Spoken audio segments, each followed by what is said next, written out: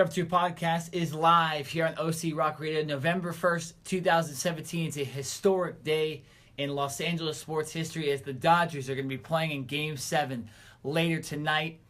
Jared, what a series this has been so far. Probably one of the best World Series I've ever seen in my life.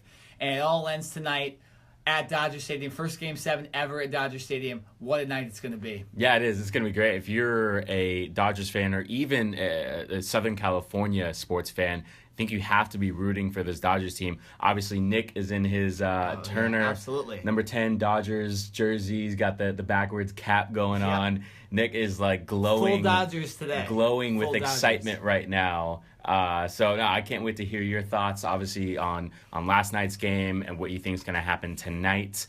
I've got an interesting question for you about Kershaw, Absolutely. but we'll get into that in a little bit. But I want to get your thoughts initially on the game last night. Obviously, the Dodgers ended up coming out with a victory and forcing this Game 7. Yep. How do you think that game went, and were you expecting the Dodgers to force a Game 7? Okay, this is probably the most nerve-wracking game I've watched since the Los Angeles Kings played Game 7 in the conference finals against the Chicago Blackhawks. It was this unknown of what was going to happen because Game 5, obviously we didn't get to talk about this either. Game 5, one of the best baseball games I've ever seen. 13-12, 10 innings. They came back on each other like 50 different times. So it really looked like Houston had all the momentum coming into Game 6. And the bullpen for the Dodgers did not look good in Game 5 at all. I didn't know what was going to come out of that. I didn't know what Rich Hill was going to do. I didn't know how long he'd last. Obviously, Justin Verlander last night, the starter for the Astros. Everything was compiled for the Dodgers not to win that game, and they ended up winning it. They got clutch pitching from Rich Hill, although he did get taken out early. The bullpen dominated like they did the entire season. Although George Springer hit a home run, he'll be the MVP for the Astros if they win the World Series.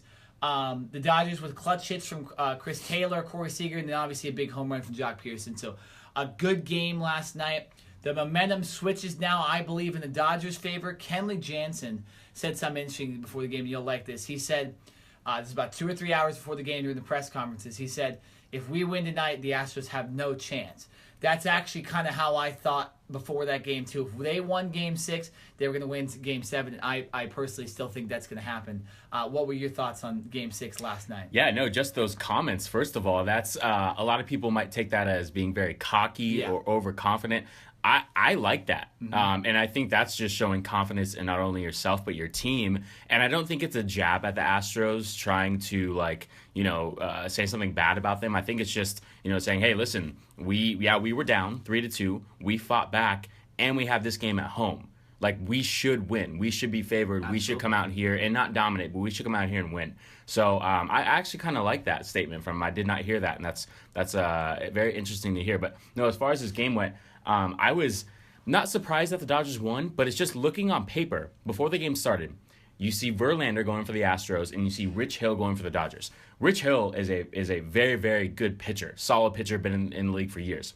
He's not Verlander. No, absolutely not. The way that this game was going, or the way that this game started, with Verlander on the hill, and then the Astros the chance to win the World Series, I don't know, I had a feeling that Verlander was going to come out and just dominate and go 7-8 strong innings, and the Astros were going to win. But you know what? I have to give a lot of credit to the Dodgers for forcing Verlander to only go 6 innings and being able to withstand that early home run by Springer and pretty much fight back, which is what they've done this entire series, is fight and not give up. And they were only down 1 run, so it's not like they had to come back from an 8-0 deficit. But when you're in the World Series and you're in an elimination game, 1-0 can seem like a pretty big deal. The 100% it was last night for me. So the fact that this Dodger team is so resilient and they were able to fight back, and they only got 4 innings out of Hill, but their bullpen and obviously Jansen in the end being able to save the day.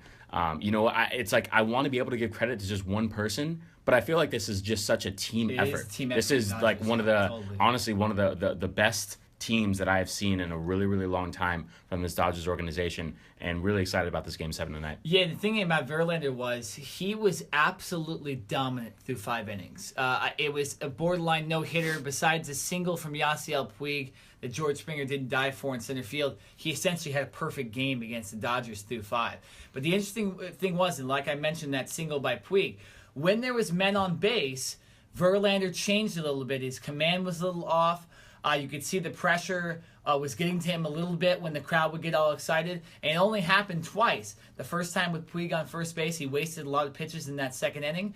And then when they got to the sixth inning and they ended up scoring the 2 runs, those were the 2 times the Dodgers got to Verlander. All they had to do was really get men on base, and that changed the whole situation. It was interesting because I didn't think that would happen. I thought he would just kind of get through it and be able to get to the Dodgers, but there was a clear change when there was men on base for Justin Verlander. Going into that stretch position that he hadn't been all night did change the game a little bit and ended up getting the Dodgers those 2 runs in the 6th, and then obviously they get the big home run from Jock Peterson off reliever Joe Musgrave. But question for you, do you think the Astros took Justin Verlander out too early, or did you think they maybe should have gone to a better reliever in that 7 innings because that Jock Peterson home run really made a difference? Because when you're down by 1, it's you think you're going to come back, but when you're down by 2, it does change it when the bullpen's so dominant for the Dodgers. Very true. That's a very, very tough, position for the Astros to be in. If that were me, if I was the Astros manager, not to say that he doesn't have faith in Verlander, obviously, but I think I probably would have left him in a little bit longer. Mm-hmm. I would have said, hey, this is an elimination game for them. This is a chance for us to strike. We have one of our best pitchers, him and Keuchel, Verlander and Keuchel are the 2 best pitchers, hands down. We've got one of our guys on the hill. Our ace is going. I would have ridden him a little bit longer and let him continue to roll. So it's tough because you can't second guess it, play that whole Monday morning quarterback, because honestly, other than that 1 home run, their bullpen did very, very well. But I would have left Verlander in because he is such a dominant ace. Yeah, it's an interesting question. There's been a lot of second guessing of the managers in this series, especially with the 2 games, Game 2 and Game 5, where literally it seemed like it was a home run derby or an all-star game in the game. There's been second guessing of Dave Roberts. There's been second guessing of AJ Hinch. So yeah, I agree with you. I don't think it made that much of a difference. I would have maybe brought in a better reliever. Joe Musgrave hasn't been very good. Jock Peterson had already hit a home run off of him. If you can remember Game 4, when Jock Peterson hit that big 3-run home run in the 9th inning, that was off Musgrave as well. So Peterson had already seen him. Why not bring in a guy like Gregerson? Seriously, Gregerson's been one of their best relievers, and he's pitched, I think, twice in this series. So that's where maybe you question Hinch a little bit. The fact that he's used the same guys, and the same guys keep giving up leads and keep keeping the Dodgers in the games. That's maybe why you would keep Verlander in or bring in a guy like Gregerson, who ended up dominating again. But yeah, I agree with you. It's tough because Verlander was good, but maybe he was shaken after that inning. He pitched a lot of pitches, gave up way more hits than obviously he did the whole rest of the game. So you don't know. Another question for you too. Do you think going into this Game 7, because of the usage of the bullpen specifically in that Game 5, do you think it will affect any of these relievers? Even though they pitched well last night and Jansen went 2 again last night, do you think it will affect them going into Game 7? I don't. Not at all. This is Game 7. Everything on the line. There is no tomorrow. So after the game last night, all this morning, leading up to this game tonight, these relievers and pretty much everyone, all these athletes are going to be in recovery mode, getting treatment, Absolutely. doing whatever they need to do to get ready for tonight, because in my opinion, there's no excuse. There's not we lost this game because my arm wasn't ready or because I was too sore. Well, that better not happen to anybody. No, Astros I don't want to hear that. This is Game 7. Enough said. Kind of strap it on, and if we need you for an inning, Jansen, if we need you for 2 innings, go out there and produce like you've produced all season long. So, yeah, I don't want to hear any excuses about that. I think it's obviously going to be a very close game, just like all the previous 6 games have been, and I think it's going to come down to the last few innings. But, yeah, as far as, fatigue or anything like that, there's Game 7, and that's all you need to know to get yourself pumped up for this. Yeah, realistically, the only 2 pitchers that probably shouldn't be ready to pitch tonight are Rich Hill and Justin Verlander, and that's it. And maybe those guys could come in if you needed it, but really you're gonna have Kershaw ready, you're gonna have Keuchel ready for the Astros, you're gonna have Alex Wood, who was warming up in the bullpen last night. He was the Game 4 starter. He'll be ready. Obviously, Yu Darvish starting for the Dodgers. He'll be ready. Quick question to you again. Let's move on to Game 7. Let's talk a little more about Game 7. Yu Darvish, terrible start in Game 3. Completely shelled by the Astros hitting. Complained about the ball being slippery. Couldn't find his slider. What do you see from him tonight? Do you think he'll change? Do you think he'll dominate like he did before that game? I think his 4 or 5 starts before that game, his ERA was below 2. What do you think you'll see from Yu Darvish tonight for the Dodgers? I think Yu Darvish is on thin ice right now, and I think he understands that if he does not come out and pitch well in the first few innings, he's going to get pulled like that. Oh, yeah. He understands that Kershaw is right behind him.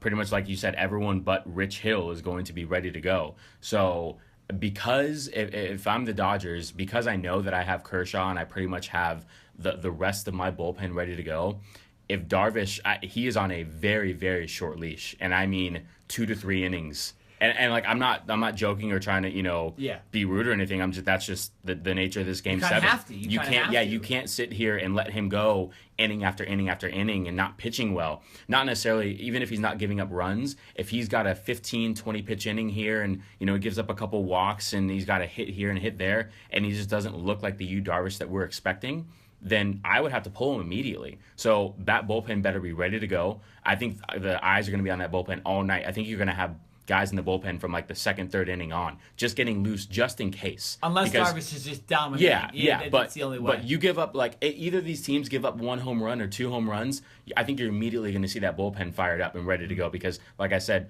both these teams, you can't sit here and let one pitcher, go and get get beat up for more than 2 innings. You have to use everyone. Well, and what's funny is yesterday's game, Game 6, the score ended up being 3-1, but after that Game 5 where it was so high scoring, I was almost like, oh, well, Rich Hill can give up a couple runs, but we'll just score runs. It's been like that.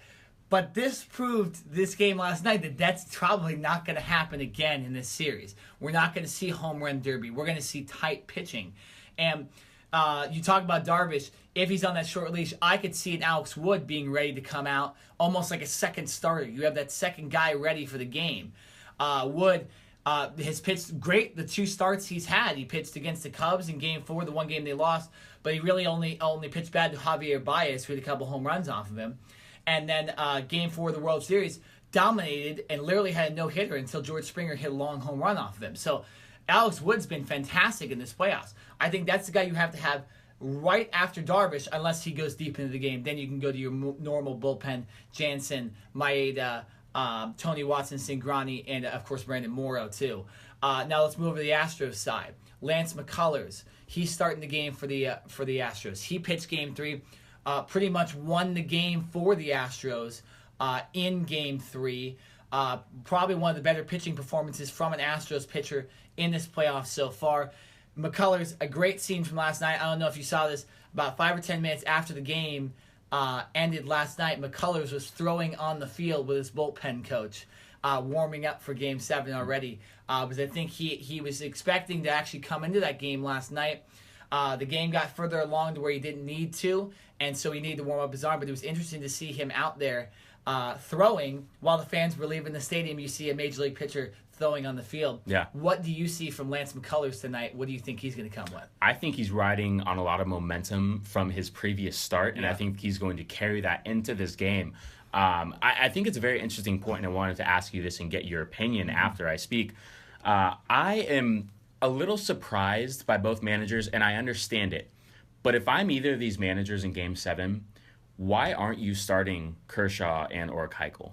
Is it because it's only 3 days rest and you want to save them for potentially, the 6th or 7th inning, something like that, before you bring in the closer? I can understand that, but it's just like, I know these guys are only on 3 days rest, but it's Game 7. Do you not start your very best, or do you let McCullers and Darvish go in, and then, if they're not pitching well, then potentially bring Keuchel and Kershaw in? What do you think about that? Well, it's interesting. The thing about it is I think both these starting staffs have been so good in the playoffs that you didn't need to have Kershaw. There's a reason the Dodgers got Yu Darvish during the around the trade deadline, because they want him for this moment, for Game 7 or Game 6 when you really need him to pitch. And now he's here. And although he had a bad start, the Dodgers have confidence in him because that was his first bad start essentially as a Dodger. Lance McCullers on the Astros side, he was a borderline all-star this year. the way he pitched, and then he had a couple shoulder problems, and he went on the DL and then wasn't the same after that. But so McCullers again was their number 2 for most of the year before they got Verlander.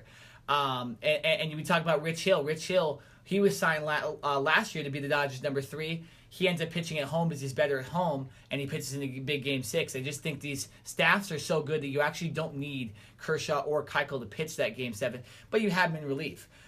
Kershaw was actually vouching to start last night because of how pissed off he was. He had completely failed in Game 5, gave up 4 runs, and then the Dodgers gave him a lead, and then gave up another 3 runs to tie the game. So I think Kershaw is gnawing at the bit right now to get back in one of these games. But I just think it's because the staffs are so good for each team that they just have confidence in their number 3 starter or number 2 starter going in this game. Yeah, no, I think that's a really good point and something that maybe not a lot of people know about or understand. It's like, hey, this is Game 7. Why not Start your best guys, right? But like you mentioned, both of these teams have gotten here not only because of their hitting, but because of their great pitching and because of their bullpen. So I think for these managers, they're putting trust in those other pitchers and saying, hey, guys, we're not just going to bump you just for our all-star guys. We're going to, show some faith in you. I think it's going to be, like I said, a tight leash.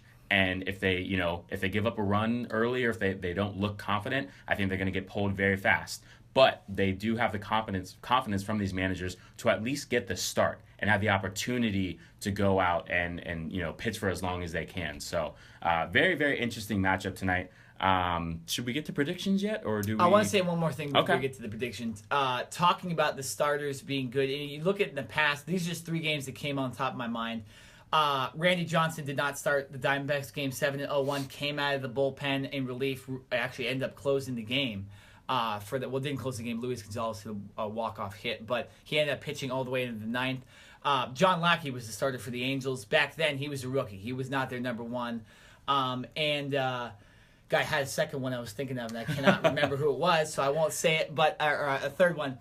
It was Madison Bumgarner did not start Game 7 for the Giants in 2014, ended up coming back in 5 innings for relief on 2 days rest. Kind of one of those more ridiculous games in baseball lore for Madison Bumgarner, but he didn't start the game. So you have these guys in the bullpen. In the past, you've seen it, so it's not crazy that Yu Darvish or Lance McCullers is starting this game and not Kershaw or Keuchel, but it should be interesting. Who you want to do your prediction first? Or you want to give me it? I'll let you take the floor. Okay, absolutely. Man. So, like I said earlier, I kind of gave away my prediction at the very beginning of the segment. I do think the Dodgers will ride the momentum from yesterday and win this game. I think it will be tight, but I have a feeling the Dodgers will actually pull away late in the game and kind of give the fans an early celebration in the 7th or 8th inning, and the Dodgers will actually kind of cruise in the 9th inning to a win. And Dodger Stadium will erupt, and the Dodgers will have their first World Series since 1988. I was going to say 2000. What? 2017. Oh, yeah, man. My bad. So I do think the Dodgers will win. I'll let you give your prediction, and now kind of say who I think is gonna hit well for both teams. Okay. So I do agree that I believe the Dodgers will win, and I think this is actually going to come down to the 8th or the 9th inning. I think this is going to be a very, very suspenseful game. I can't wait. It's one of those things to where I think both teams are going to be a little on edge to begin the game because you don't want to make a mistake. Absolutely, you know what I mean? not. It's one of those things where you're going to be a little tense. So maybe it's going to take a couple innings to get loose. You want to have a feel for the game, even though this is Game 7 and this you've played this team for the last week and a half. I think, just neither team wants to make an early mistake. Everyone wants to be perfect. Just don't screw up. You don't need to win the game early. Just don't screw it up. So I think the first few innings could be a little boring in my opinion. I think it's going to wait till the 4th, 5th, 6th inning for something to actually happen. And you're guessing it's going to be a lot like Game 6? Yes. I do think it's going to be more low scoring. I don't see any team scoring more than 4 runs.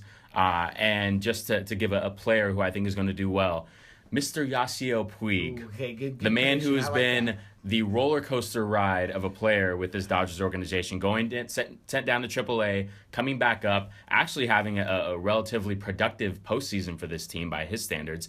I think out of all of the players on this team, out of Turner and Bellinger and all these guys, I'm predicting that Yasiel Puig is going to come up with either a home run or a big hit in this game to give the Dodgers the lead and end up sending them or making them World Series champions. Interesting thing you say about Puig. During their off day after Game 5, Yasiel Puig and Kershaw were the only ones on the field working out that day. So I like that prediction because although he didn't do well yesterday, he did get a base hit, but he popped a lot of balls up. It does seem like Puig wants this maybe more than anybody besides Clayton Kershaw in this series. As far as the hitters go, it just seems like Yasiel, he knows he's proved to the fans now. He's earned our trust back 100%, and he wants to win this for the city of LA. So I like that prediction. I'll change it up a little bit. I was going to say Puig, but I'll change it up a little bit because I do think another player would do well. I thought he'd do well yesterday because he's a little bit due. Justin Turner, I'm wearing his jersey for a reason today. Justin Turner really hasn't done much in this World Series besides a couple doubles in that crazy Game 5. I think Justin Turner will keep up his kind of his lore in this playoffs. He had the big home run in the championship series against the Cubs. I think he'll have a good game today. I think he'll have a deciding hit in this game as well and a big moment. But yeah, like I said, Dodgers I think win. Okay, so who do you think's MVP? I think there's two guys at least I think from each team, or one guy from each team, that I think no matter what happens in this game will win the MVP. I'll get your thoughts on it first. Who do you think wins MVP? For the Astros if they win, or the Dodgers if they win? So, even though, are we talking about just the World Series? Just the World Series MVP. Just the World Series. Okay. That's very tough because like you said, I think it could go a bunch of different ways. Do you give it to Jansen? He's been so good, but then he did give up that one. He did give up, yeah. He gave up that one game. I think he's been very, very dominant otherwise. I'll give you my. I think it's gonna be Jock Peterson. Peterson's hit 3 home runs in this World Series, couple really big ones. I don't think any of them have been game winners necessarily but they've led the wins based on kind of insurance runs. He has the home run off Verlander that got the Dodgers started in Game 2. He hit the big 3-run home run against the Astros to kind of put that game away in Game 4. And then obviously the big home run to make it a lot more tough on the Astros last night. I think Jock Peterson wins it. He also has not, all of his hits this World Series have been extra base hits. I think he had 6 or 7 base hits. I think he's, that will get him the MVP. For the Astros, I think it's Springer. 4 home runs, batting over 300. That's an easy one for me. I think George Springer wins MVP. You can see him. There's a little video playing on your computer right here. George Springer hitting his home run from last night. I think George Springer's the MVP. So who would you say for the Astros? Yeah, no, for the Astros, I completely agree. Yeah. That's kind of a no-brainer in Springer. Easy one.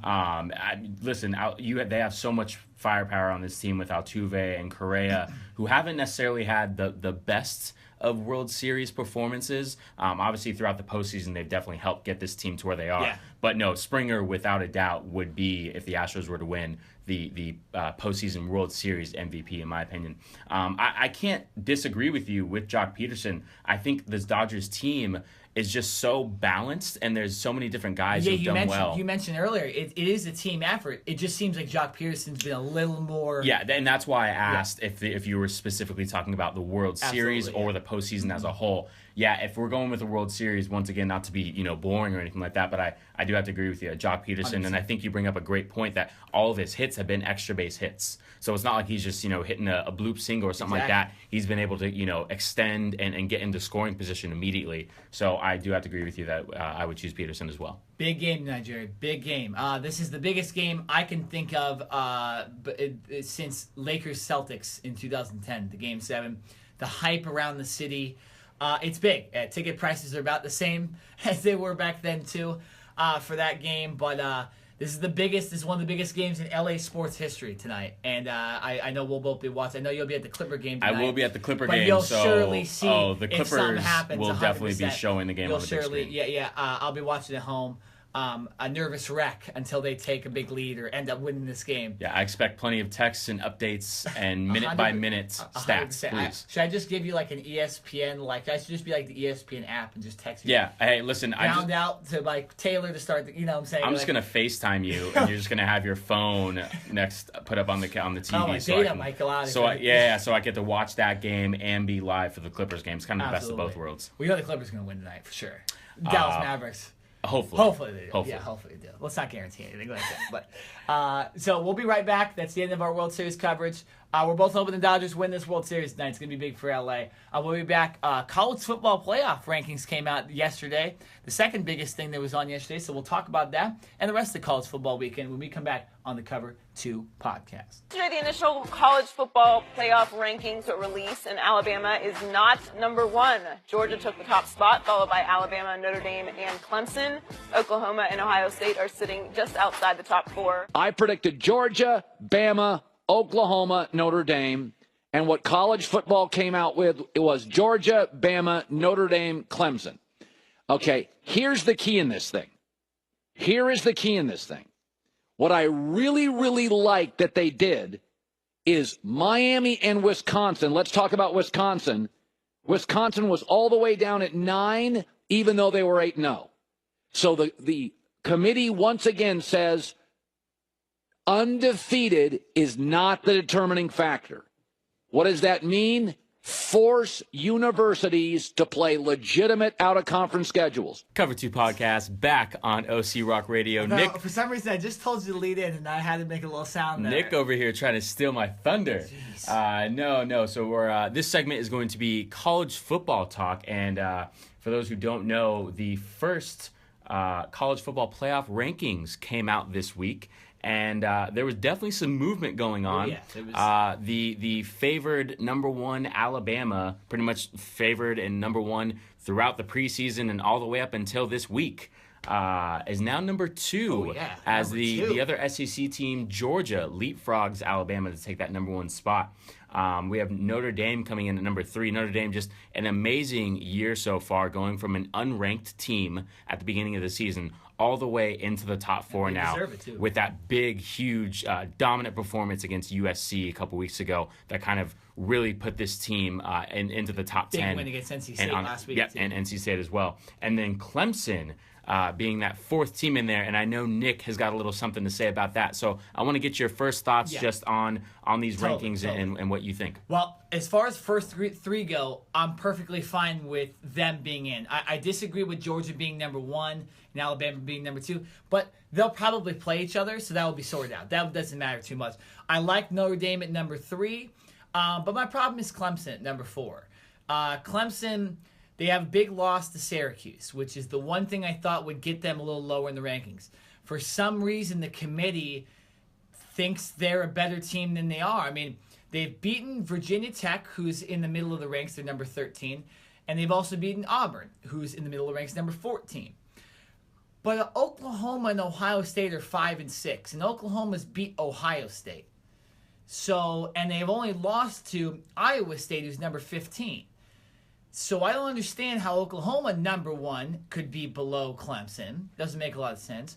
And number 6, Ohio State. All they've lost to is Oklahoma, and they've beaten Penn State, who was number 2 in the AP poll last week. Big come-from-behind win that I did predict, by the way. And so I don't understand how those 2 teams were leapfrogged by Clemson. Jerry, can you give me an explanation on that? I wish I could, but I cannot either because to me it doesn't make sense. The only thing that I can say is that we're in week 10, so there's still a couple weeks left. Oh, 100%, yeah. And I'll explain how. Yeah, this is not in pen. This is not solidified yet. There's still going to be lots of movement, more than likely. But no, I do agree with you, and I think when this 4 playoff committee was first put together with 13 people, the point was so that they could sit and discuss and say, okay, this team does have a loss. Who's that loss to? Was it a ranked opponent, a non-ranked opponent? Did that team get blown out? Was it a close loss? All those things come into play when deciding who's going to be in the top 4 and so on. So the fact that they did still decide to put Clemson in there, even though they, in both of our minds, had a worse loss than Oklahoma and Ohio State did,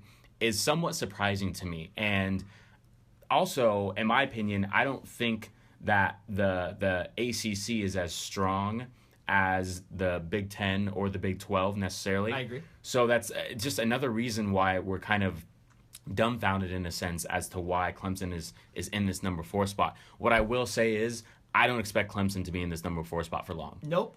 Now, whether it's this week or next week, it's going to be this week. I think Oklahoma or Ohio State will leapfrog Clemson and take over that final playoff spot. The Clemson's schedule is awful for the rest of the season. I don't think they play one really good opponent for the they had Florida State either next or in 2 weeks, and Florida State's atrocious this year.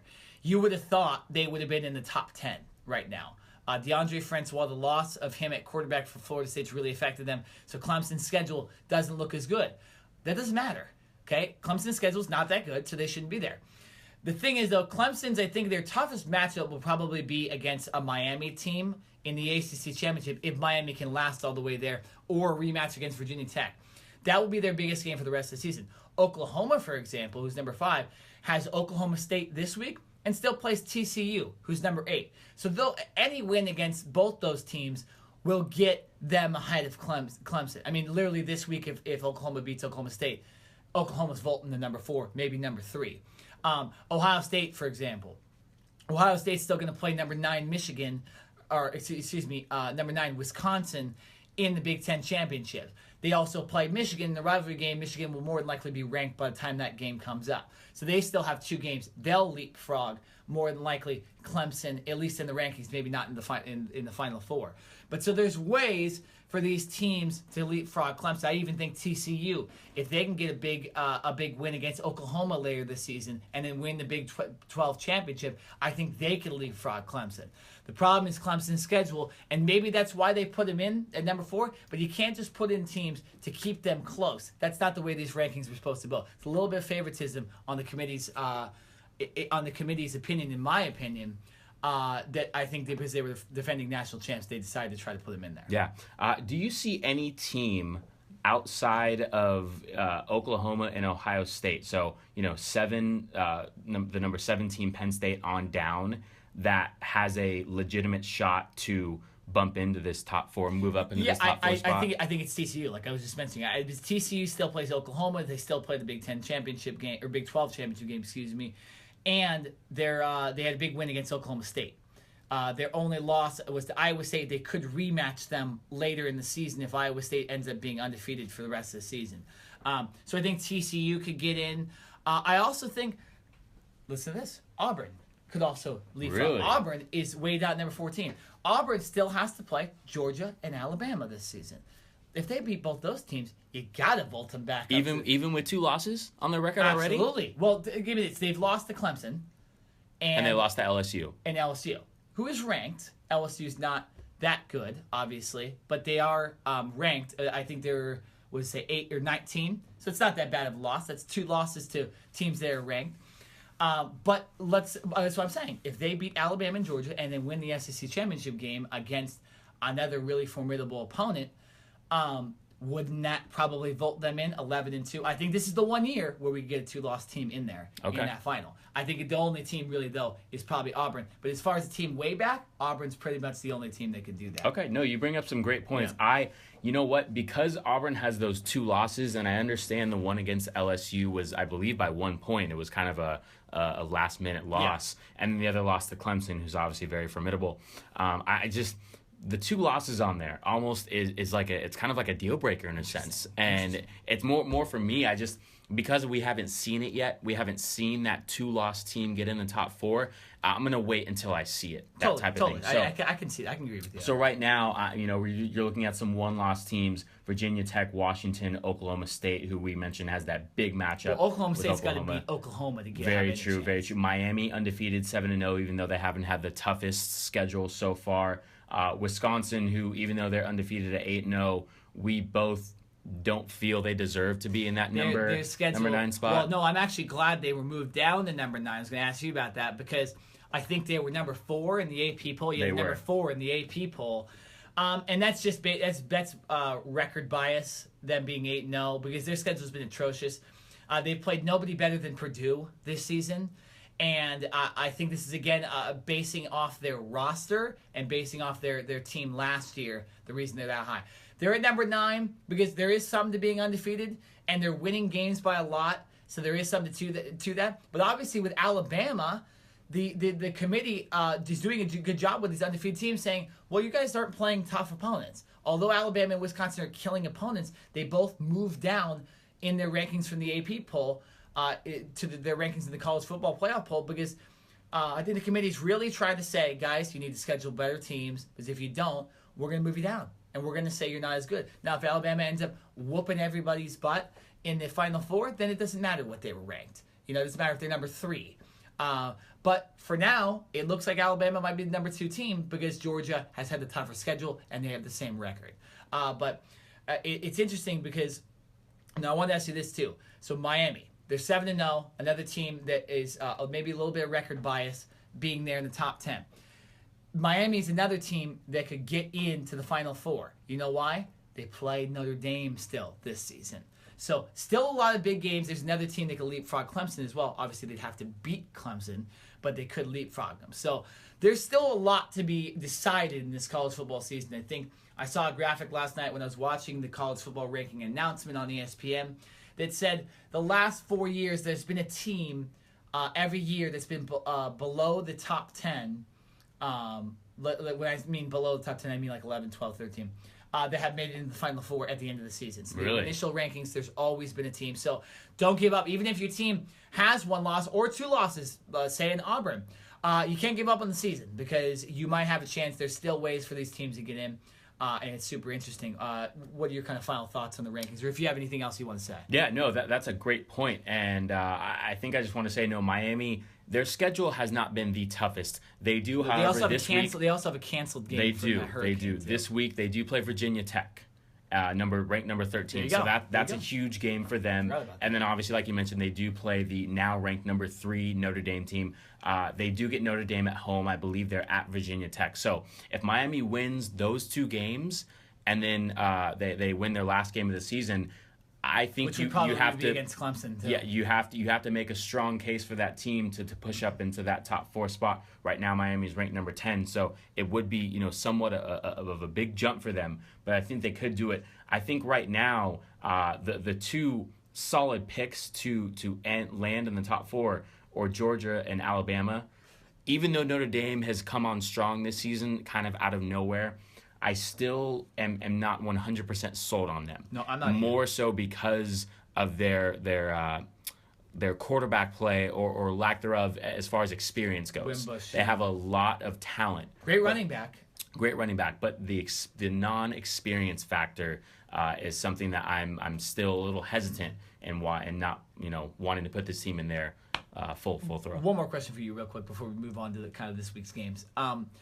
Georgia, Alabama, 1-2. Everyone's kind of looking ahead and saying, okay, they're going to meet in the SEC championship game. They'll decide it there. Let's say they both go 12-0. That would mean Georgia would beat Auburn. That would mean Georgia would beat who was it? Who else did they play this season that I was mentioning again? It doesn't matter. It doesn't matter too much. You don't have to look too into it. But let's say Georgia and Alabama go. They go undefeated, totally go to the SEC championship. Do both of those teams still stay in the Final Four if they're undefeated in the SEC championship game and one of them loses? I mean, obviously one of them is going to lose. It comes down to the type of loss. If it's a very, very close game, one of the team, Georgia beats Alabama by a field goal or something along those lines, then yes, I can see the committee keeping that losing team in the top 4.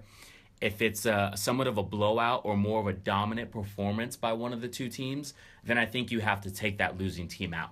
And it's kind of it's sad to say, but that's just how it is. It's really based on your performance. It's not just on the win. It's not just on the W. You have to go out and show that you belong. Or if you do lose, you need to put up a good effort and make it a very close loss, right? You can't, because if you sit here and get blown out, I don't care if you're 20-0.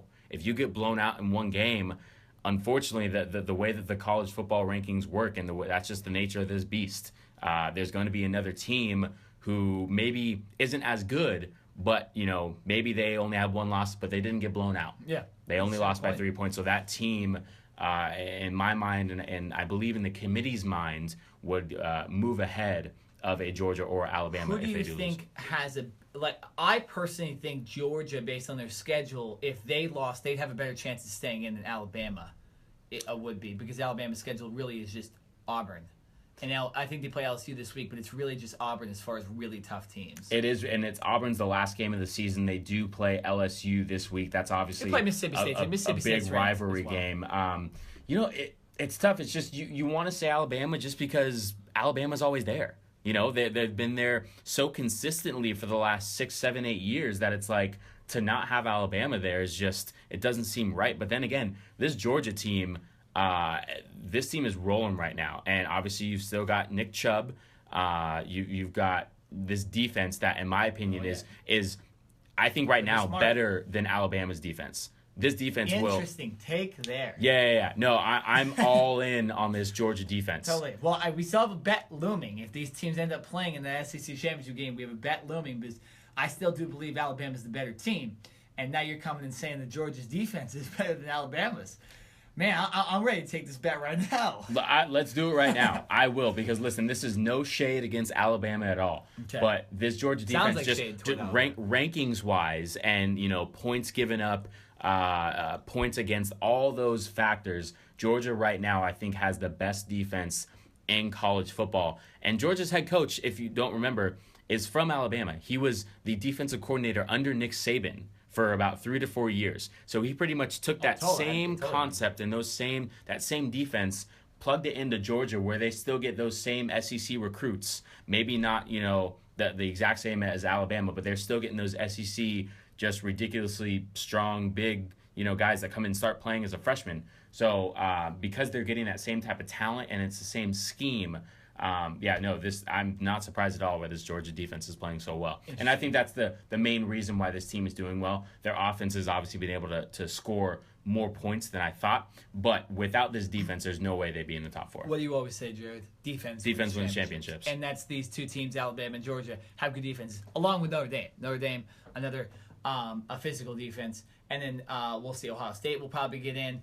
Clemson has a good defense. So, you're going to see all these teams. That's why TCU and teams like Baylor haven't got in recently, because those super offensive teams, I don't think the committee thinks are as good as these defensive teams, and that's why the top 3 are all defensive teams. No, yeah, I don't. You want to see more of a well-balanced team. It's one thing to sit here and score 50, 60 points and, throw for 7 touchdowns and 500 yards and all these stats, blah, blah, blah. But if your defense is giving up 50 points, you have to score 51. And yeah, that may draw ratings, and that's fine. But when you get to the college playoffs, you want to see some competitiveness on defense. You don't want to see just, some soft tissue paper defense where you're going to give up 50 points to an Alabama team, right? You want to see you want to see a Georgia-Alabama matchup where, yeah, they're still going to put up 20, 30 points, but it's going to be a dogfight. You're going to see, and that's no pun intended to Georgia, but you're going to see teams be able to get stops on third down, get off the field, see some punts, which maybe aren't as exciting, but it's just, I think it makes for more of a well-balanced game. Totally. So let's move on to this week's games. We got about 5 minutes left in the segment.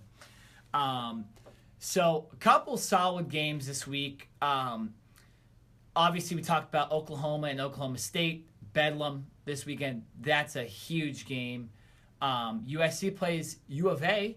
That's another interesting game. U of A is really playing well. Could take over the Pac-12 South if they win that game.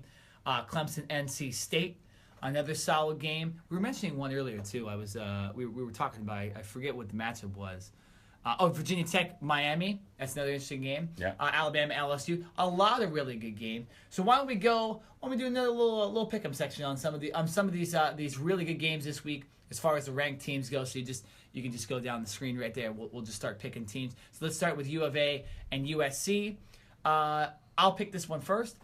I'm going to go USC. I think USC wins this game. I think they end Arizona's streak of wins. I think they end Khalil Tate's streak of players of the week for the Pac-12.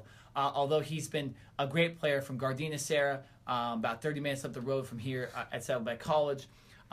He's been great for Arizona, but I think USC is a little pissed off at that loss from Notre Dame, and they took it out on ASU and beat the crap out of them this last weekend. I think they'll do the same to Arizona. They won't beat them by that much, but they'll end up winning the game for sure. Yeah, you're damn right USC's pissed off, and they deserve to be pissed off at themselves for that crappy performance that they put up against Notre Dame. So, yeah, they did come out and put a big whooping on Arizona State, and I think they're going to continue to do that this week against Arizona. Obviously, USC still has a chance to win that Pac-12 and get to a bowl game. Unfortunately, because of those 2 losses, they don't have a chance to get into the Final Four playoffs. But for this game, I'm picking USC. I do agree. I think it's going to be somewhat of a blowout. Arizona is a good team, but I think USC definitely has a lot more talent. At home as well. Yeah, at home as well. Penn State, Michigan State. I think Penn State's got this 100%. I think they blew it against Ohio State. Blew an 18 score lead. I remember we were at lunch and we were saying, Penn State's going to win. I was wrong about the prediction. Ohio State ends up coming back. So I think Penn State will take it out of Michigan State, even though Michigan State's ranked 24. I got Penn State by at least 2 touchdowns. Yeah, I do. The only thing I will say is Penn State does tend to play a lot tougher at home.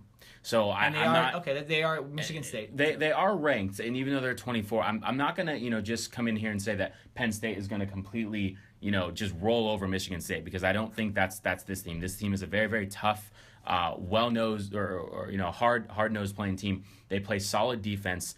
The problem with Michigan State that I've seen recently or in the last couple of years is that they're not able to get the 4 or 5-star recruits, those big-time athletes that can kind of be game changers. They're more in the 3-star recruiting range, so they kind of have to, it's more of a scheme fit, and it's more of coaching, I think, with this team, and I think they've done an excellent job in the last couple of years of doing that and keeping themselves competitive.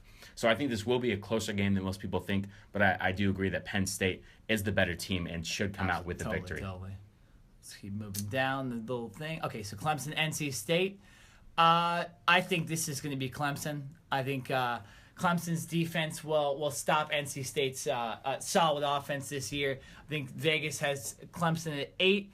I'd say a little closer. I think if you want to bet the under on that one. These are two good teams. NC State underrated. They lost to Notre Dame last week. That's not a knock on them. Notre Dame's obviously number 3. Then they get number 4, Clemson. Tough schedule for the NC State. I think the tough schedule will be too much for NC State. I think Clemson will win this game. Yeah, this is a pretty easy one for me. NC State, somewhat shocking that they made it into this top 25 this season. But no, Clemson should easily handle this team, and I don't really see a reason why this wouldn't be somewhat of a blowout. Totally. Let's go. Stanford, Washington State. This is number 21 versus number 25. This is an interesting game because Stanford started the season, I believe it was 1-2, and now they're 6-2. Stanford they barely beat Oregon State last week, and Washington State lost to Arizona. So two teams coming off losses. Vegas says Washington State by 2. I'm going Stanford. I think Stanford wins this game. I think they beat up on Washington State. I think the defense will stop Luke Falk and that Mike Leach coached passing offense. I think Stanford wins this one by about 3. Yeah, talk about teams that have two completely different styles of play. Stanford is obviously the smash mouth. We're going to line up with 8 offensive linemen, 2 running backs. We're going to tell you we're running the ball, and we're still going to run the ball down your throat. They got fullback. And Washington State, who I'm not even sure has running backs on their team because all they do is line up in shotgun, 4 or 5 wide receiver sets and throw the ball. I think this matchup favors Stanford because I don't think Washington State's defense can stop Stanford and that rushing attack. So for that reason, I will pick the number 21 Stanford Cardinals. Also, real quick, Stanford needs to start KJ Costello, a quarterback, because Keller Chris does not look good the last couple weeks. And KJ Costello, an Orange County guy from Santa Margarita Catholic High School, he's played well this season. I don't know why he didn't start against Oregon State. It was the reason they almost lost. They need to start KJ Costello. Now let's move down. Let's do Bedlam last, because I think that's the best game. LSU, Alabama. This is number 19 versus number 2. I think Alabama's got this 100%. I think this will help Alabama's resume. LSU's riding off a couple high games last couple weeks, including that win over it was Auburn. Auburn. They had the win over Auburn as well. But I think Alabama's got this, and they'll get this by double digits. Yeah. For the rivalry that this matchup has been for the last, I don't even know how many years. This year I don't see it as being that typical Alabama LSU rivalry. I think there's way too big of a difference in how good these teams are. LSU is just way too inconsistent. At the beginning of the year, LSU was like in the top 10, the top 15, and a lot of people were like, all right, this team has got a lot of talent. And then they came out and kind of stunk the bed, lost to Mississippi State. They had another bad loss, and then they come back and they beat Auburn. So just a roller coaster of a team, way too inconsistent. And Alabama, I think, especially being at home, I think there's going to be somewhat of an easy win for Alabama. Totally. Virginia Tech, Miami, probably the second best game of the weekend. It's number 13 versus number 10. I got Miami in this game. I think Virginia Tech, one of the reasons they're ranked super high still is because their one loss is to Clemson. I think they've been due for another loss. I think this Miami team comes in at 7-0 and beats Virginia Tech. Close game, but I think Miami's got this. I think they're the better team in this matchup. I do agree as well, and more so I'm picking Miami because they're at home. I think Miami is more of a competitive team, and I think they have a little bit more talent than Virginia Tech does. I will say Virginia Tech watch out. This is another rivalry game. Virginia Tech is known for their special teams and trick plays. Very good point. I would not be surprised if Virginia Tech tries to pull out a couple fake punts or something strange, to begin the game, an onside kick, something like that to kind of get Miami a little unraveled. But I think in the end, Miami will come out with the victory. Absolutely. So let's go back up to Bedlam. This is the game of the week. Oklahoma versus Oklahoma State. This is number 5 versus number 11. It's at Boone Pickens Stadium, Oklahoma State. I got Oklahoma. I think Oklahoma is the better team. Although Mason Rudolph for Oklahoma State's been a great quarterback this season, Mason Rudolph's been a great quarterback. My mistake. Woods has been a great running back for Oklahoma State. I think Baker Mayfield in Oklahoma and that talented offense will squeak this one out. But I think it's like a last second play or something. This is going to be a great game. I'm not saying Oklahoma State's a slouch at all. I think this is a close game, but I think Oklahoma's talent will end up being enough to beat Oklahoma State. It will vault Oklahoma into the top 4 as well. Yeah, I don't think this game is going to be as close as you think. I think Oklahoma is going to come out and somewhat dominate. Now, Oklahoma State will be able to stay even at in Oklahoma this State game as well. Yes, I think because of Oklahoma State high-powered offense, I think they're going to be able to stay in this game for up to 3 quarters. But I think in the end, Oklahoma will find a way to kind of pull away in a sense and be able to win by double digits. Oklahoma State is no slouch at all.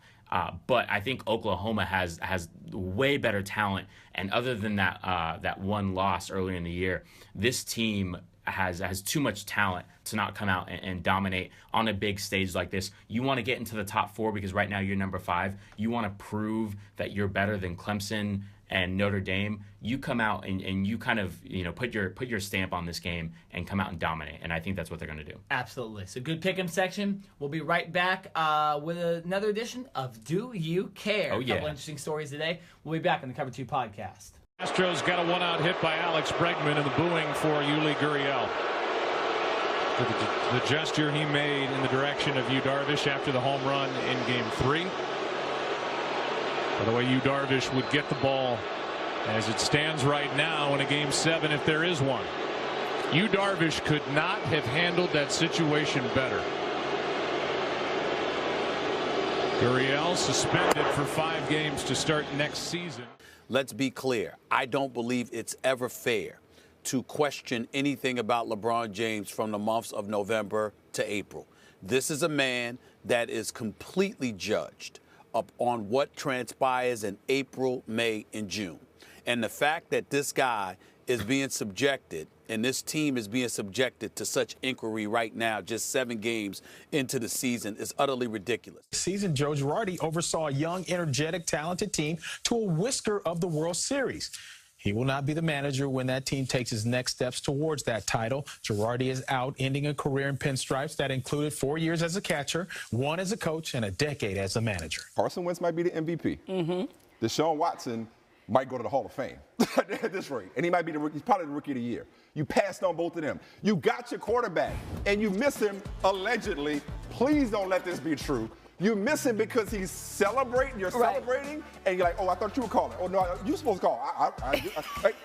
It's like when a wide receiver drops a pass thinking about already scoring, You're right? talking about can't get right. I'm so angry. I'm not even a Browns fan, but I want better for them. We are back here on the Cover 2 podcast, and Jared, it's my favorite time of the day. What would that be, Nick? That'd be time for Do You Care? Wow, getting a little. That was pretty good. Yeah, I can only do that in the morning. Solid. I can only do that in the morning. So Really? yeah, it's Do You Care? I didn't knock anything over this time. I didn't yell too loud to where the mic popped. I did it nice today, so I was a little passive Do You Care announcement. But it's time for Do You Care, Jared, and that's what's important. So I'll ask you the first question of the day, Jared. Do you care that the Cleveland Browns tried to trade for A.J. McCarron, but it didn't quite work out? I don't care, and this is just another case of the Browns Explain beating to the people Browns. what the Browns did. So listen, yesterday, Tuesday, at 4 p.m. Eastern Time, 1 p.m. Pacific, if you're out here in California, Absolutely. Was the NFL trade deadline, which is pretty much the middle of the year when, so after yesterday, so technically today, teams cannot trade players anymore. So usually when the deadline approaches, that week, last week, and then up until yesterday, the phones start ringing. Teams kind of make calls here and there, kind of feeling out, hey, what could we get for this guy? Or we're looking to put this guy on the trade block. What would you be interested in, right? Well, obviously the Browns, who drafted Deshaun Kaiser with their one of their top draft picks this year, ended up starting him to begin the year, and he hasn't necessarily panned out yet. I'm not going to say he's a bust or anything like that. He's still a rookie, but he hasn't played well, and he's even been benched in a couple games this year. So what do the Browns do? They try to go out and poach A.J. McCarron from the Cincinnati Bengals, the Browns' rivals, and they apparently had a deal in place. But the Browns did not get the paperwork into league office by the specified time. That right there. Now, but do you know why they did that, though? Apparently they were celebrating the trade and didn't get it in. Shut up. I'm not even kidding. So we'll add layers to the answer. That is just... That's why, yeah. That is ridiculous beyond belief. And that is why the Browns are not good, ladies and gentlemen. Yeah, no more to be said about that. Nick, do you care that Jahlil Okafor wants a buyout from the 76ers? I don't care because I could literally care less about the 76ers. Shout out to Joel Embiid for rocking a Dodgers jersey during Game 5 of the World Series, though. But Okafor, he's number one pick, or former number one pick. He never really panned out for Philly. He's not played like a number one pick. I don't think he likes playing in Philadelphia. So maybe him going to another team will be a little resurgence to his career. But I don't really like the guy's attitude necessarily because he got drafted to a team and you play hard for that team, and it doesn't seem like he's played hard for the 76ers. The Sixers have guys in place: Ben Simmons, Joel Embiid, and the guy that drafted this year, Markelle Fultz, forgot his name. That's why I said that in the beginning. But he doesn't have a spot, so hopefully he gets traded. But to be honest, I don't really care, and hopefully it's not another debacle by the 76ers. Jared, do you care that Joe Girardi was fired as Yankees manager last week? I do care, and I was a little surprised by this. Just the fact that with his tenure, he's been very, very successful, taking this team to the playoffs multiple years, taking this team to a World Series appearance. I believe won a World Series. Yeah, in 2009. And I don't know. I think this team is just they're in somewhat of a youth movement right now. Apparently Brian Cashman and the rest of this Yankees organization just felt that they wanted to bring in a different voice. I guess Joe Girardi's voice was just getting kind of toned out a little bit, and they wanted someone to come in to be able to deal with these young players, I guess, and be able to relate to these young players a little more. So I was very surprised because I think Joe Girardi is a heck of a manager, and I actually think he would have done just fine with this team moving forward. Obviously the Yankees thought otherwise, and it'll be interesting to see who they pick up now, because this Yankees team, especially with what they did this year, they are in no way in a rebuilding mode. So whoever comes in as manager is going to have a lot of expectations on their plate to be able to keep this team competitive and get them back to the postseason where they belong. Nick, do you care that Gabe Kapler was hired by the Philadelphia Phillies? I don't care that he was hired by the Phillies. I do care that he's leaving the Dodgers organization. He was director of player development, and you've seen kind of the players for the Dodgers that have developed in their system. For example, Corey Seager, the man that had the winning the go-ahead hit last night. Cody Bellinger, who's going to be the Rookie of the Year this year. Jock Peterson. Jock Peterson's probably going to be the World Series MVP.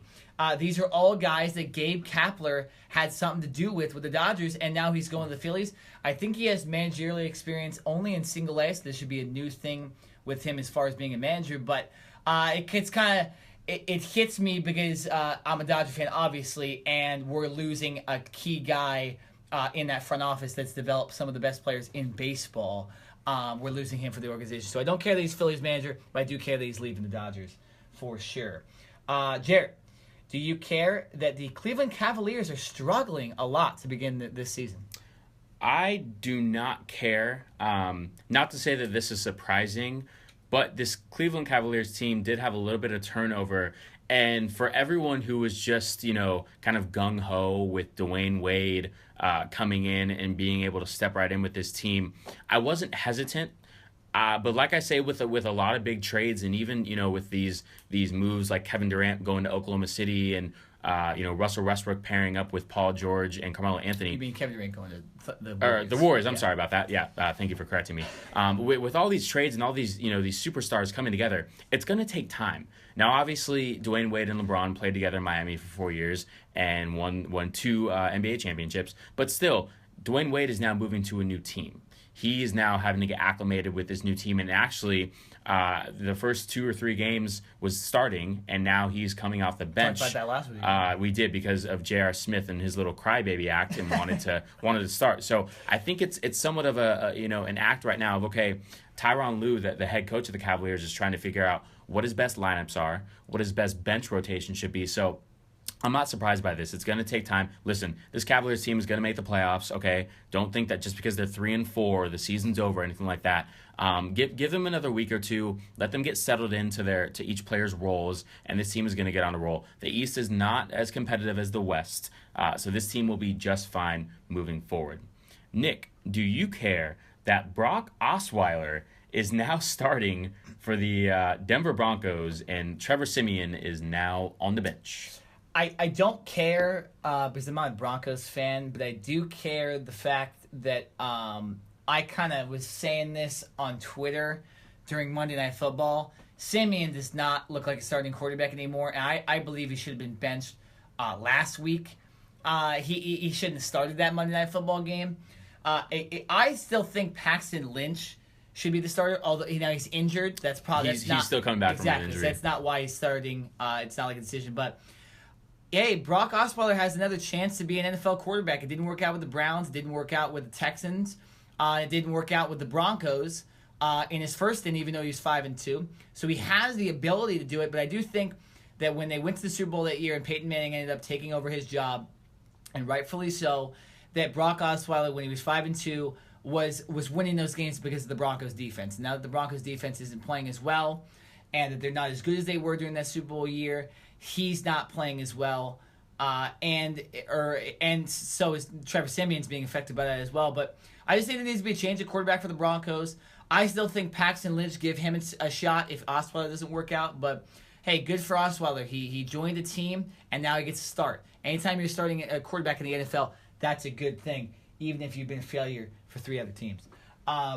Jarrett, do you care that Duke is number 1 in the opening college basketball rankings this season? I don't care. I will say that I am a Duke fan, and I follow Duke probably a lot more than most other college basketball teams. Even I do USC, but I do love Coach K, so I follow Duke a lot. I don't care because number 1, this is the preseason polls, and this poll is going to be changed so many times. It's going to go up and down. Duke, this is actually their 2nd consecutive year being ranked number 1 and their 9th in their team school history.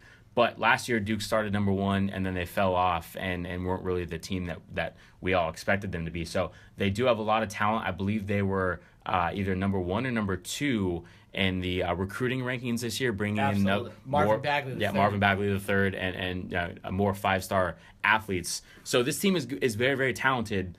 Grayson Allen comes back as well. So this team is loaded, and I don't disagree with him being number 1. But like I said, you never know in college basketball, and it's so early that you don't want to put a whole lot of stock into these preseason rankings.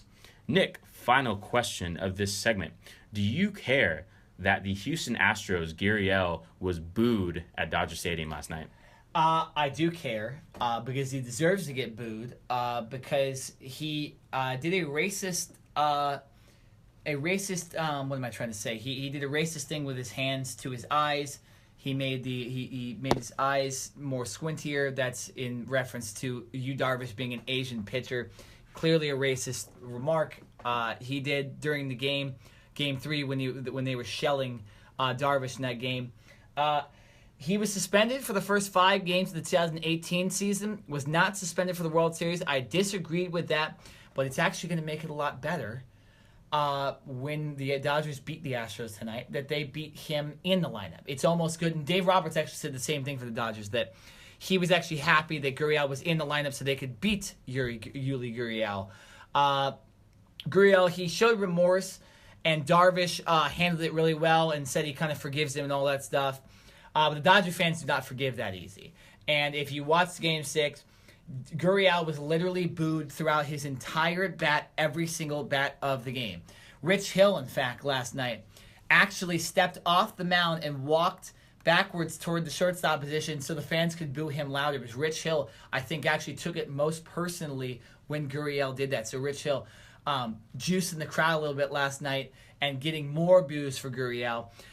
It's just, the MLB did a good job of suspending him. I do wish he was suspended for a World Series games. That really would have put a mark on, hey, let's not be racist. Let's not do racist things. Obviously, that's a clear message the MLB doesn't want to have, is that players are doing racist things. But in a time where the NFL is unjustly suspending people for 6 games for long periods of time, that the MLB wasn't as harsh on something where he literally just did one thing and it was over with. It's not like he's been a repeat offender of being a racist. He just did one thing, celebrating a home run. I can understand the celebration. Wish it was a World Series, but I can understand that it's not. But I do care that the Dodgers booed, because I expect it tonight in Game 7. Gurriel's going to get booed every single at bat, and hopefully he's the one that strikes out to end the game and the Dodgers win the World Series. So we will be back on the other side of this quick break with some NFL talk. Trade deadline hit. Bob McNair made comments. The Houston Texans made a retaliation by kneeling during the national anthem, and they had a great game against the Seahawks. All that and more on the other side of this quick break of the Cover 2 podcast. I think what we have here is a case where Jimmy Garoppolo was going to be a free agent after the season. His contract was going to be up. And New England had made efforts to sign him, re-sign him. And I think the more they talked, the more they recognized that it was going to be too difficult to re-sign him. And so rather than have him walk away after the season ends, they decided to make the move now and to trade him for a second-round draft pick. The 6-game suspension is back on for Ezekiel Elliott as the ruling came from U.S. District Court last night. He was denied that preliminary injunction, but has the option to appeal the decision to the U.S. Court of Appeals and seek a stay that would allow him to play through this process. What's crazy that these owners in professional sports think they own us as the players. They really are team owners. They own the team. They don't own the players. And I think that's one of the biggest things. We were talking in our production meeting this morning about each and every week, week 8, since Colin Kaepernick protested last year. Why can't we talk football? This is the 8th week of the National Football League. We're still talking about racism and protesting. We should be talking about sports and get ready for the week 8. Back on the Cover 2 podcast, a little NFL talk coming up here on the Cover 2 podcast. We had some big trades happen. Obviously, we had a really good game between the Seahawks and Texans, but I want to start with something that was a little more than football once again this week. Comments made by Bob McNair incited the Texans players to pretty much all kneel during the national anthem. Jerry, I think you know more about this topic than I did because I was more worried about the Dodgers last week. Didn't get to see this story as much. But so explain to people what Bob McNair said, and then give your thoughts, and I'll give my thoughts right after. So, owner of the Houston Texans, Bob McNair, came out earlier last week and made a statement, and I don't necessarily know if it was about the protesting or what the reporter had asked owner McNair, but he came out and said, quote, "We cannot let the inmates run the prison." Not the best choice of words. Not the best choice of words. Not good words at all, period. You, as an owner, are on a platform and you pay millions of dollars for these players' salaries. These players are the reason why you are a millionaire right now and why you are an owner of an NFL team. Fans do not come to see you. They come to see the players. And you have players from all different types of backgrounds. This isn't just a black versus white thing. This is pretty much talking about everyone, even the white players on the team, the J.J. Watts and everyone else on the team. He is saying, when you can't say you can't let inmates run the prison, you are basically saying I am the only one in control. Yep. Not the head coach, not the GM, not anyone else. It's me, and everyone else gets to just bow down to what I say. And that is completely wrong, and which is why before the Houston Texans played the Seattle Seahawks this past Sunday, the majority of the Houston Texans players, and I believe certain coaches and other team personnel as well, knelt during the national anthem It had nothing to do, as far as I know, with them trying to disrespect the flag or show any type of bad kind of I don't know what the right word is. They were showing they were trying to show their owner that they're all together. Yes, thank you. And that they're not going to stand for him saying words that could be racially insensitive to some people, and obviously most of that team. McNair, it's one of these dumb owners again, and a lot of them have said stupid stuff since all this this national anthem stuff is going on and the Colin Kaepernick stuff is going on. They just never know what to say. Then don't say anything. Exactly. Yeah, just don't. Just use it the way a politician says it, where they kind of shy away from saying what they really feel like. These guys just kind of say it bluntly, and these players aren't taking it. That's the thing. These players aren't saying, "Oh, well, he's our owner. We're going to listen." No, that's not the way it is. It could be Jerry Jones. They're not gonna listen to these guys. And McNair said a real stupid thing again. Didn't think about what he was going to say before he said it, and the players reacted. It was interesting. I thought now they did it during the national anthem again, the kneeling, and I think that might have once again, for people that weren't paying attention to football, and maybe we're watching Fox News later that night, maybe we're saying, "Oh my God, look, a whole team kneeled during the national anthem." I did think that maybe kneeling during the national anthem wasn't the best choice for a protest. I thought actually peeling the decal off the helmet would have been a big deal, because you would have shown, oh man, we're saying that we're playing football. We're not necessarily playing for the Texans, who are owned by Bob McNair. I thought that might have been a better protest. Doesn't matter that much. If you don't understand it, look it up, right? Don't get offended by something that you don't even know the full story of. But nonetheless, this is another show of unity between an NFL team against these owners. And this stuff just never ends, because these owners don't know what to say, and the players are stern on their beliefs. And I don't know when it's going to end. I don't know when these owners are going to really realize what's going on here. And same with Roger Goodell, who just seems to not get it at all. Yeah, didn't your parents ever tell you, if you don't have anything good to say, don't say anything at all? Absolutely. And to talk about this ending, this honestly, in my opinion, I don't think will ever end. As long as these owners are in control and they're in charge, which they are, because it's their teams. Absolutely. They're the ones that write their names on the checks, and they are working with Roger Goodell. So as long as Roger Goodell is at the head of the NFL commissioner, and all these owners are still working with him, this is never going to end, because they're going to be in control. And these players do not have control. Now, obviously, they have control over themselves and what they say to reporters and how they deal with their own personal lives. But as far as, dealing with the team and the owner in that aspect, they're just people. They're just a number. Yeah. And they go out and produce, and the moment they stop producing on the field, the team will get rid of them and bring in another guy. So I personally don't see this ending anytime soon, because these same owners are in the same positions, and no one can kick them out. Yeah, well, there's the thing, too, about obviously the owners are the boss of the players. That's clear. But you don't see Bill Gates demanding that his employees do all of this and going to the public and saying, I want my employees to all stand for the national anthem, and if they don't, they're going to get fired, or whatever NFL owners are saying nowadays. It just seems like these NFL owners think they have more power than they actually do, when in reality, if the players in the field don't play, you have nothing, right? You have literally nothing on the field. So these owners need to realize that say stuff in private to the team, maybe. Don't come out to the public. Jerry Jones has said stuff about, you don't kneel, we'll kneel before the national anthem, we won't kneel during it. It's all, everybody has their own opinion, obviously, but these guys, these owners need to realize it, and the Roger Goodell needs to realize it, that this is not the way to go. The NFL is losing ratings, and now you can't blame it on the election anymore. Okay, you could blame this past Sunday on that unbelievable Game 5 of the World Series. I understand that. But every other week, I don't know. You can't really blame it on that anymore. I think this stuff is actually affecting the NFL ratings. So you're losing money. Sponsors are leaving. Papa John's came out and said today that their company is being hurt. They're losing money from being affiliated with the NFL.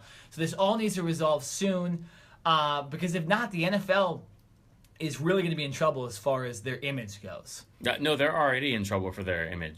This isn't something new. They had been in trouble, and like you mentioned, their ratings have taken a big hit, and this has nothing to do with the election anymore. This is because people do not want to. When people turn on sports, and when they listen, I'm not saying that athletes should not have a platform to speak their own minds, because I 100% agree that they do. But when people turn on, CBS or Vox to watch, or ESPN to watch a football game, they want to watch a football game. Yeah. They don't want to have to listen to announcers talking about an owner being an idiot and coming out and saying something stupid. They want to talk about, Tom Brady just threw a touchdown pass. Exactly. Richard Sherman just picked off. You know what I mean? That's what they want to talk about, and that's what you want to hear. You don't want to have to go on ESPN.com and the major headline is Bob McNair, said blah blah blah, or you know what I mean? That's not what I want to hear. No, exactly. The owners. And listen, we understand that these owners have major egos and they're all billionaires and they want to be in the spotlight because they think they deserve all the credit for all this stuff. And listen, they deserve credit for putting a team together and forking out the money, right? They don't deserve, in my opinion, much more credit than that. Oh, absolutely. These players are the ones out there, risking their health and all that stuff. And yes, they get paid millions of dollars, but they're the ones out there producing and making money for these teams. So these owners, in my opinion, need to take a step back, go sit in their suites, have their secretaries and their assistants come bring their sparkling water to them. Absolutely. And honestly shut up, because I'm sick and tired of having to keep talking about these racial comments and these racial issues from these owners who think that they control everyone when they really don't. It's every single week. I mean, I'm getting sick of talking about it too. It's just and then you combine it with all the stuff in politics, and it's too much, right? I want to watch my sports. I don't want to have to be reminded of something Trump said or something an owner said or the players kneeling. If they want to kneel during the national anthem, kneel during the national anthem. You don't need to have a 5-minute story about it, right? You don't need to have a 5-minute story about the owner talking about his players the wrong way. This stuff just needs, both sides just need to calm everything down a little bit. There needs to be some sort of truce between the two, because this is a war between the players and the owners. And like you said, it's not going to stop anytime soon. Now, let's talk about another thing that will not go away. The Ezekiel Elliott suspension. Oh, and boy. we forgot. I didn't even write it down, but I just remembered it right now. So, Jared, take it away. What do you think about Ezekiel Elliott once again getting suspended 6 games? It's like he is suspended, but then they can still appeal again, so it's not so finalized. It's so stupid. I mean, it's the same thing that we talked about a couple weeks ago. We don't necessarily know what's going on right now. Technically, right now, Ezekiel Elliott, as far as I know, is suspended, and I don't believe he can play right now unless his organization and the NFLPA come out and make a final appeal, which I believe they're going to do. I'm not sure if they've actually turned in the paperwork for that appeal, but that is the only way that Ezekiel Elliott will not be, will be able to play and not have to serve that 6-game suspension right away. Because this went, the judge on Sunday night actually came out with a ruling in favor of the NFL, which supports and pretty much put that 6-game suspension back on track. So Monday morning when Ezekiel Elliott woke up, as far as I know, I don't believe he is allowed to be at the Dallas Cowboys facility because as far as I know, when you are a suspended player, you are not allowed to have contact with the team. So nowadays, obviously with iPads and all that stuff, I believe he can still take his playbook home and he can obviously still work out on his own.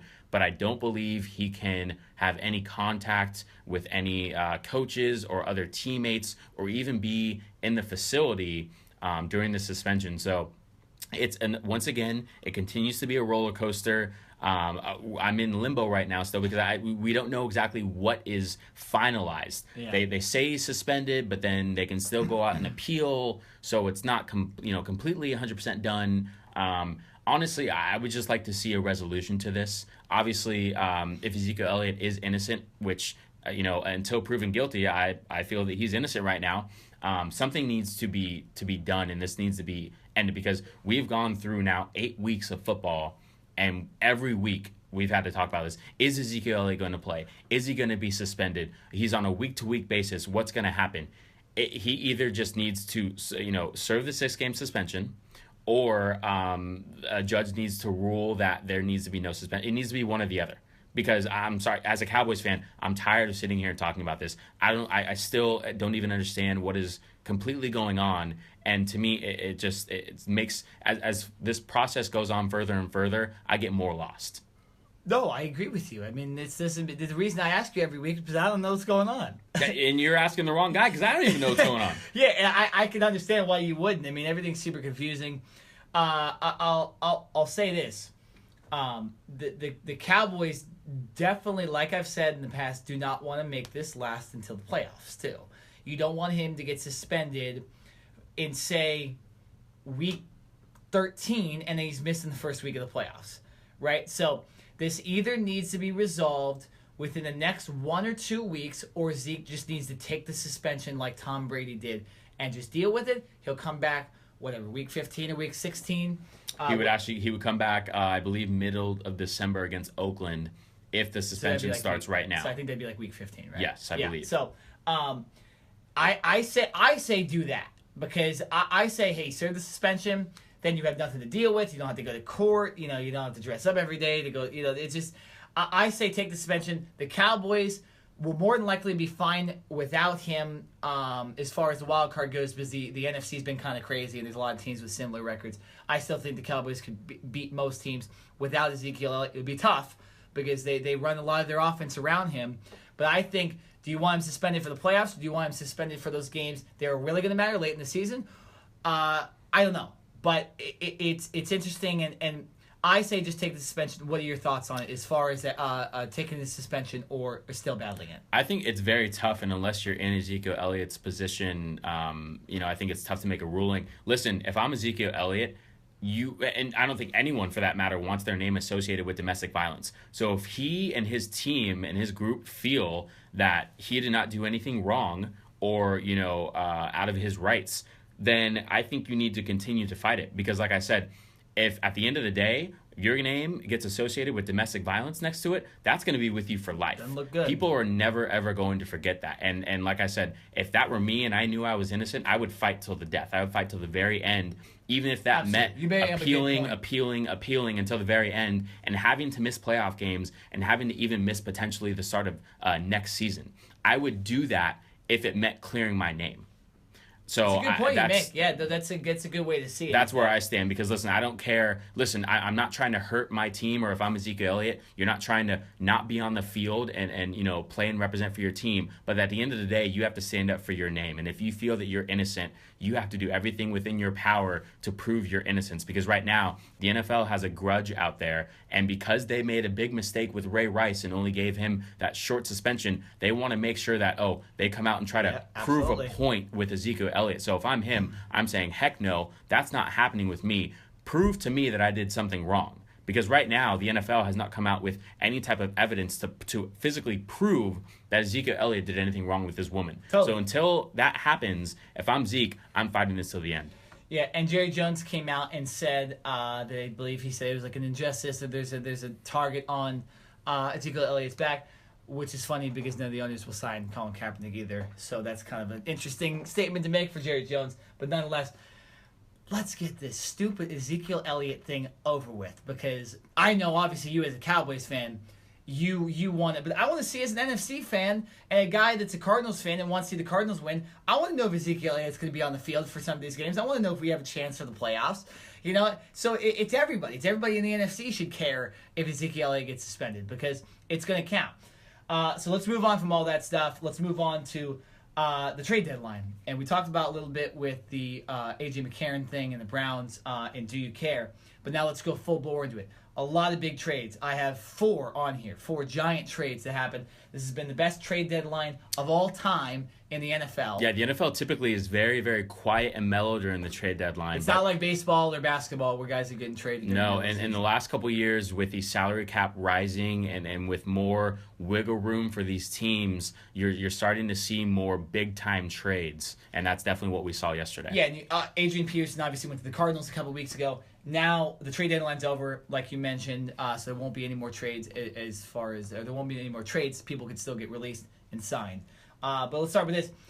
Jimmy Garoppolo finally traded from the Patriots for a second-round pick to the San Francisco 49ers. Jared, what are your thoughts on that start? I think that's the Patriots making another brilliant move. They held on to Garoppolo for as long as they could. They didn't give in to the bait. They could have easily traded him this past offseason, could have easily traded him even before that, and they said, no, we're going to hang on to him for as long as we can, build him up, and they ended up getting a second-round pick for him, which is really more like a late first-round pick because the 49ers are so horrible. So if you're Bill Belichick and the Patriots, it's just another smart move by them. And now they essentially replace Garoppolo with Brian Hoyer, who was played with the Patriots before. I'm sure is somewhat similar with the system already. And they did need to bring in someone right away because once they traded Garoppolo, Tom Brady was the only quarterback on that roster, active roster or practice roster. So practice squad, I'm sorry. So they did need to bring in someone, and it was almost like a swap of quarterbacks. Garoppolo now goes to San Francisco. Brian Hoyer now goes. Why not just add him in the trade? I know, exactly, right? It's just kind of interesting. Now Brian Hoyer goes from being the one who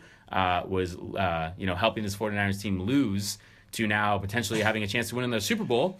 And Garoppolo goes from being the clipboard quarterback who won a couple of Super Bowls to now one of the worst teams in the NFL, but at least he will more than likely get a chance to play, which I think is what he's wanted all along. Yeah, a couple interesting things about this trade. You mentioned the second-round pick. That's going to be the 33rd or 34th pick in the NFL draft. There's no lottery like the NBA or NHL.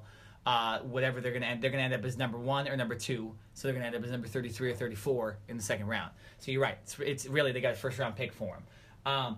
Second, Jimmy G, I don't think he'll make really an impact this year. Because the 49ers' offensive line is terrible and their offensive weapons really aren't that good. So Jimmy G, it'd be more about next year, the start of next year. Colin Cowherd brought up an interesting thing on his show yesterday talking about this trade. He said they remind him of the Rams from last year. Bad team, but then next year they're going to be good. I could see that happening too. And it's concerning for an NFC West fan that the 49ers could all of a sudden go from 0-8 to jump to be a good team. But you can see it if Garoppolo is for real, which I think he is, and you add some more talent around him in the offseason, the 49ers really could be a solid team next year and will not be this dumpster fire that they are this season. They have a great defense, a lot of young guys in that defense, and their offense, all they can do is improve because they really don't have a lot of talent around there. And a lot of their offensive linemen need to improve too. But I don't think he'll make an impact this year.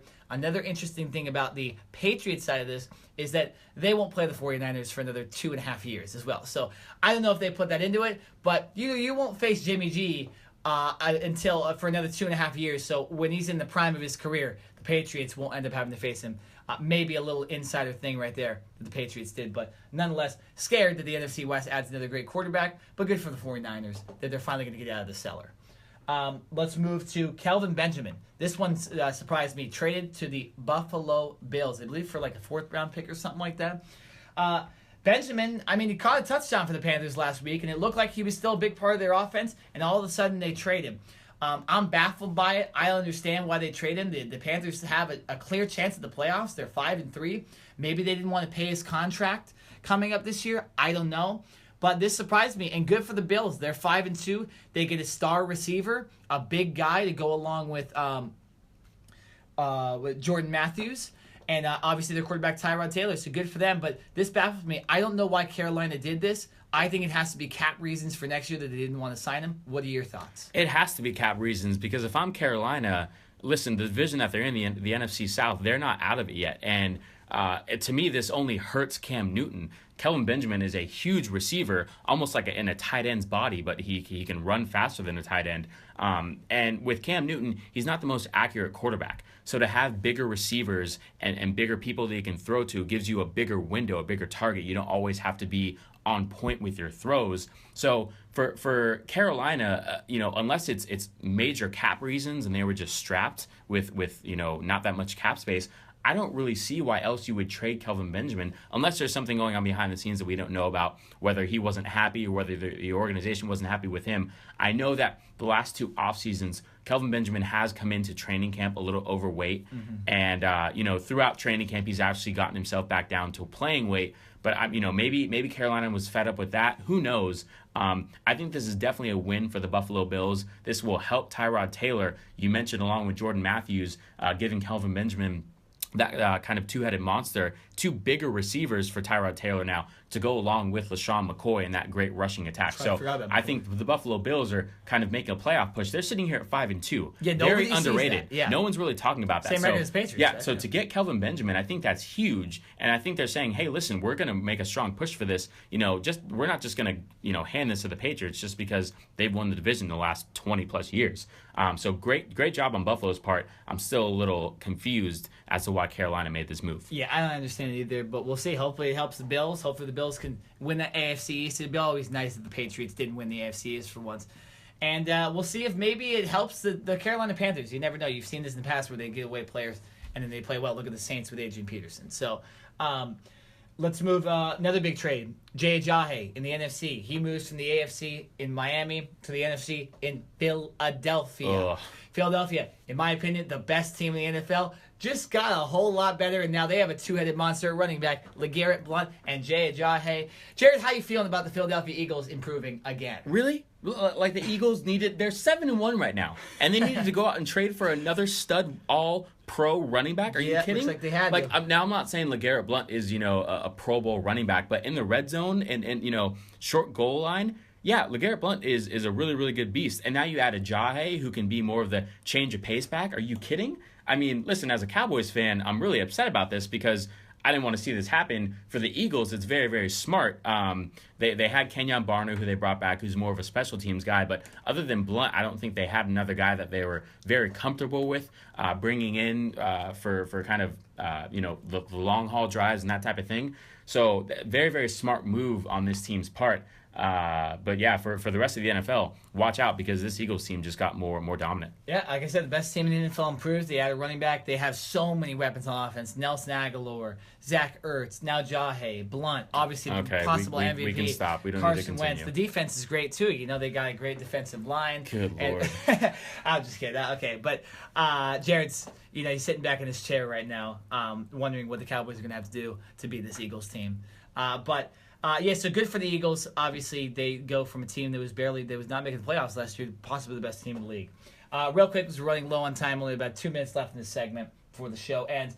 Dwayne Brown traded from Houston to Seattle. How much is this going to help the Seahawks? I think this helps the Seahawks a lot on both parts. Dwayne Brown wanted to get out of Houston, not only because of the recent remarks that owner Bob McNair made, but also because he had been holding out for the entire season. He wanted a new contract. The Texans were not giving that to him. So I think he's going to be very motivated to go to a Seattle Seahawks team that is in the playoff hunt, just like the Texans were. But it's a fresh start for him. Hopefully the Seahawks can pay him the money that he wants, or at least get pretty close to it. And it helps out Russell Wilson because that offensive line has been pretty pathetic for the last couple of years. And other than really, they haven't done much to help him. They've drafted some young guys who are starting to come along, but they're still in their first and second years. So to get a veteran left tackle to protect Russell Wilson, I think will be huge for them. Yeah, another big move in the NFC West. The Seahawks will improve from this. They lost their left tackle, George Fant, earlier in the season. Dwayne Brown's a Pro Bowler. Now, I don't know if they'll keep him after the season because he obviously wanted a contract extension with Houston. That may mean he wants one with Seattle. Seattle doesn't have a lot of money because they gave a lot of their defensive players that money in Russell Wilson. So we'll see. But I think this year, it's almost like Seattle knows that their run is coming to an end here in the NFC West. And they really need to do something. And they get a left tackle, an older guy. But we'll see if his contract gets extended. I think the Seahawks will do well. Unfortunately, the Seahawks will do well. But two of our rival teams improving better. A lot. Yeah. And that always sucks.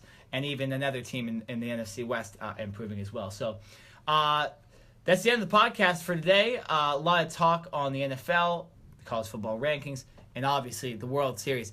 I'm just so excited about the World Series here. I can't wait for Game 7 tonight. Tickets are expensive. There's no way I'm going to go. But it's a big time in LA sports today. Yeah, no, you think I was joking. I'm being dead serious. I'm going to FaceTime you when the game starts. And I better be expecting your phone to be in front of that TV so I can get a little double dip I don't Series usually use my phones during the games anyway, so I will be for sure ready to go with that. As you can hear the music, Enter Sandman is now playing.